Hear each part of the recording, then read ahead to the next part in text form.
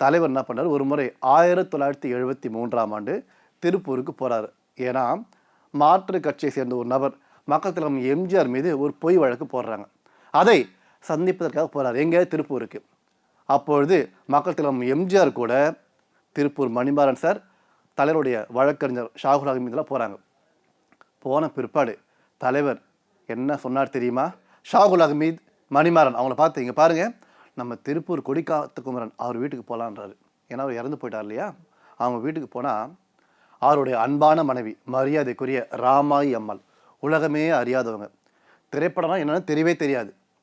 தலைவர் பார்க்குறாங்க. தலைவர் தன்னை அறிமுகம் செய்து கொண்டு அந்த அம்மா கிட்ட பேசுகிறாரு.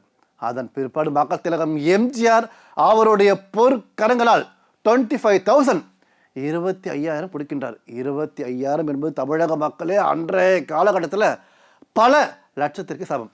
இதோடு மட்டுமல்லாமல் மக்கள் திலகம் எம்ஜிஆர் தான் முதல்வரான பிறகு அந்த தியாகி யார், நம்ம சுதந்திர போராட்ட வீரர், அவருடைய அன்பான மனைவிக்கு மாதம் சேர வேண்டிய அந்த பென்ஷன் தொகை வழங்க வேண்டும் என்று உத்தரவு பிறப்பிக்கிறார். அதன் பிறகு என்ன ஆயிற்று தெரியுமா? மக்கள் திலகம் எம்ஜிஆர் 1987 இறந்து போய் விடுகிறார். இந்த செய்தி அந்த அம்மா காதுகளுக்கு ஒலிக்க, தலைவர் இறந்து விட்டார் சொன்ன உடனே ஓவென்று கதறி அழுகிறார்கள்.